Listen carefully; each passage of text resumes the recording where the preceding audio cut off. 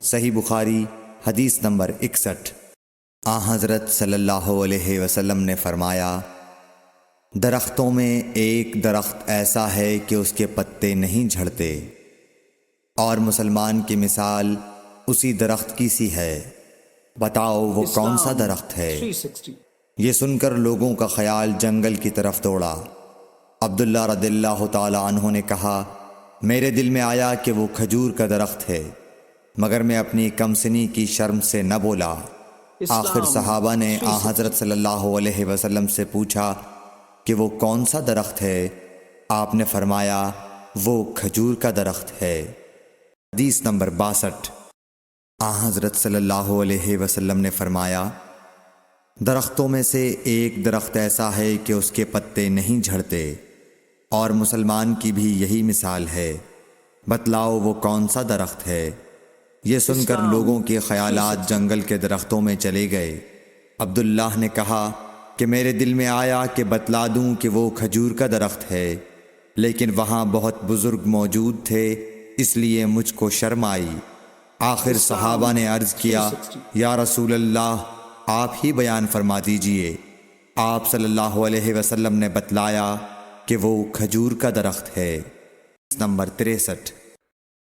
حضرت صلی اللہ علیہ وآلہ وسلم ایک بار مسجد میں بیٹھے ہوئے تھے، اتنے میں ایک شخص اونٹ پر سوار ہو کر آیا اور اونٹ کو مسجد میں بٹھا کر باندھ دیا۔ پھر پوچھنے لگا، بھائیو تم لوگوں میں محمد کون سے ہیں؟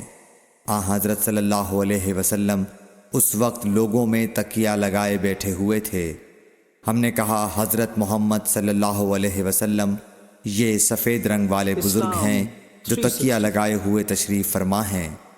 تب وہ آپ سے مخاطب ہوا کہ اے عبد المطلب کے فرزند۔ آپ صلی اللہ علیہ وسلم نے فرمایا، کہو میں آپ کی بات سن رہا ہوں۔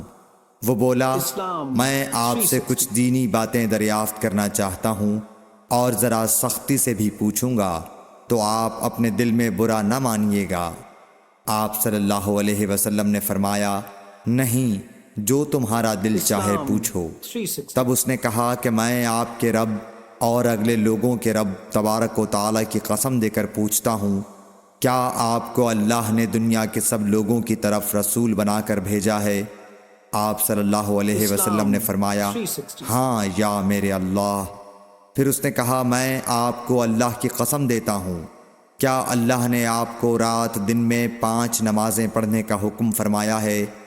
آپ صلی اللہ علیہ وسلم نے فرمایا، ہاں یا میرے اللہ۔ پھر کہنے لگا، میں آپ کو اللہ کی قسم دے کر پوچھتا ہوں کہ کیا اللہ نے آپ کو یہ حکم دیا ہے کہ سال بھر میں اس مہینے رمضان کے روزے رکھو؟ آپ صلی اللہ علیہ وسلم نے فرمایا، ہاں یا میرے اللہ۔ پھر کہنے لگا، میں آپ کو اللہ کی قسم دے کر پوچھتا ہوں کہ کیا اللہ نے آپ کو یہ حکم دیا ہے کہ آپ ہم میں سے جو مالدار لوگ ہیں ان سے زکوٰۃ وصول کر کے ہمارے محتاجوں میں بانٹ دیا کریں؟ حضرت صلی اللہ علیہ وسلم نے فرمایا، ہاں یا میرے اللہ۔ تب وہ شخص کہنے لگا، جو حکم آپ اللہ کے پاس سے لائے ہیں میں ان پر ایمان لایا، اور میں اپنی قوم کے لوگوں کا جو یہاں نہیں آئے ہیں بھیجا ہوا تحقیق حال کے لیے آیا ہوں۔ صحیح حدیث نمبر 64۔ رسول اللہ صلی اللہ علیہ وسلم نے ایک شخص کو اپنا ایک خط دے کر بھیجا اور اسے یہ حکم دیا کہ اسے حاکم بحرین کے پاس لے جائے۔ بحرین کے حاکم نے وہ خط کسریٰ شاہ ایران کے پاس بھیج دیا۔ جس وقت اس نے وہ خط پڑھا تو چاک کر ڈالا۔ راوی کہتے ہیں، اور میرا خیال ہے کہ ابن مسیب نے اس کے بعد مجھ سے کہا کہ اس واقعے کو سن کر رسول اللہ صلی اللہ علیہ وسلم نے اہل ایران کے لیے بد دعا کی کہ وہ بھی چاک شدہ خط کی طرح ٹکڑے ٹکڑے ہو جائیں۔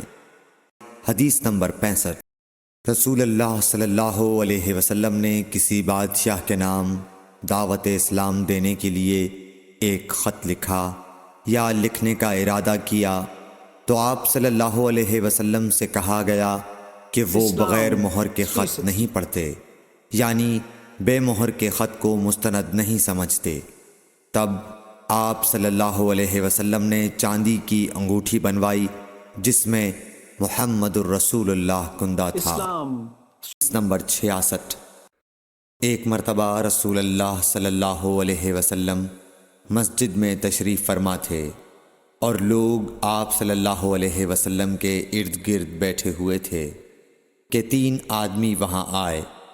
ان میں سے 2 رسول اللہ صلی اللہ علیہ وسلم کے سامنے پہنچ گئے اور ایک واپس چلا گیا۔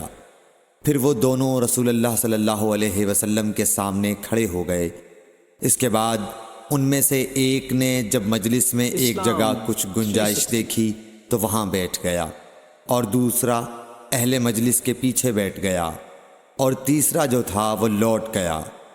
تو جب رسول اللہ صلی اللہ علیہ وسلم اپنی گفتگو سے فارغ ہوئے تو صحابہ رضی اللہ عنہم سے فرمایا، کیا تمہیں 3 آدمیوں کے بارے میں نہ بتاؤں؟ تو سنو۔ ان میں سے ایک نے اللہ سے پناہ چاہی، اللہ نے اسے پناہ دی، اور دوسرے کو شرم آئی تو اللہ بھی اس سے شرمایا کہ اسے بھی بخش دیا، اور تیسرے شخص نے منہ موڑا، اللہ نے بھی اس سے منہ موڑ لیا۔ صحیح حدیث نمبر 67۔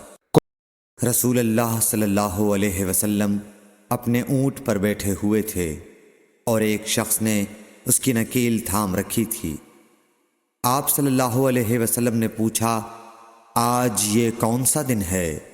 ہم خاموش رہے حتیٰ کہ ہم سمجھے کہ آج کے دن کا آپ کوئی دوسرا نام اس کے نام کے علاوہ تجویز فرمائیں گے۔ پھر آپ صلی اللہ علیہ وسلم نے فرمایا، کیا آج قربانی کا دن نہیں ہے؟ ہم نے عرض کیا، بے شک۔ اس کے بعد آپ صلی اللہ علیہ وسلم نے فرمایا، یہ کون سا مہینہ ہے؟ ہم اس پر بھی خاموش رہے اور یہی سمجھے کہ اس مہینے کا بھی آپ اس کے نام کے علاوہ کوئی دوسرا نام تجویز فرمائیں گے۔ پھر آپ صلی اللہ علیہ وسلم نے فرمایا، کیا یہ ذو الحجہ کا مہینہ نہیں ہے؟ ہم نے عرض کیا، بے شک۔ آپ صلی اللہ علیہ وسلم نے فرمایا، تو یقیناً تمہاری جانیں اور تمہارے مال اور تمہاری آبرو تمہارے درمیان اسی طرح حرام ہیں جس طرح آج کے دن کی حرمت تمہارے اس مہینے اور اس شہر میں ہے۔ بس جو شخص حاضر ہے اسے چاہیے کہ غائب کو یہ بات پہنچا دے، کیونکہ ایسا ممکن ہے کہ جو شخص یہاں موجود ہے وہ ایسے شخص کو یہ خبر پہنچائے جو اس سے زیادہ یاد رکھنے والا ہو۔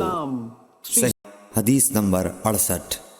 رسول اللہ صلی اللہ علیہ وسلم نے ہمیں نصیحت فرمانے کے لیے کچھ دن مقرر کر دیے تھے، اس ڈر سے کہ کہیں ہم کبھی دخاطر نہ ہو جائیں۔ حدیث نمبر 69۔ آپ صلی اللہ علیہ وآلہ وسلم نے فرمایا، آسانی کرو اور سختی نہ کرو، اور خوش کرو اور نفرت نہ دلاؤ۔ حدیث نمبر 70۔ عبداللہ ابن مسعود ہر جمعرات کے دن لوگوں کو وعظ سنایا کرتے تھے۔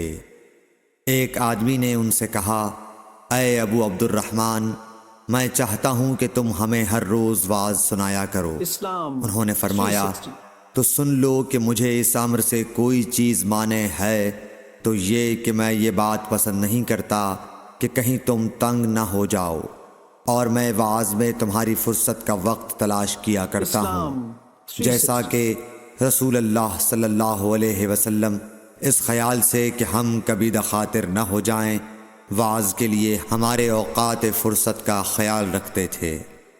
صحیح بخاری حدیث نمبر 70۔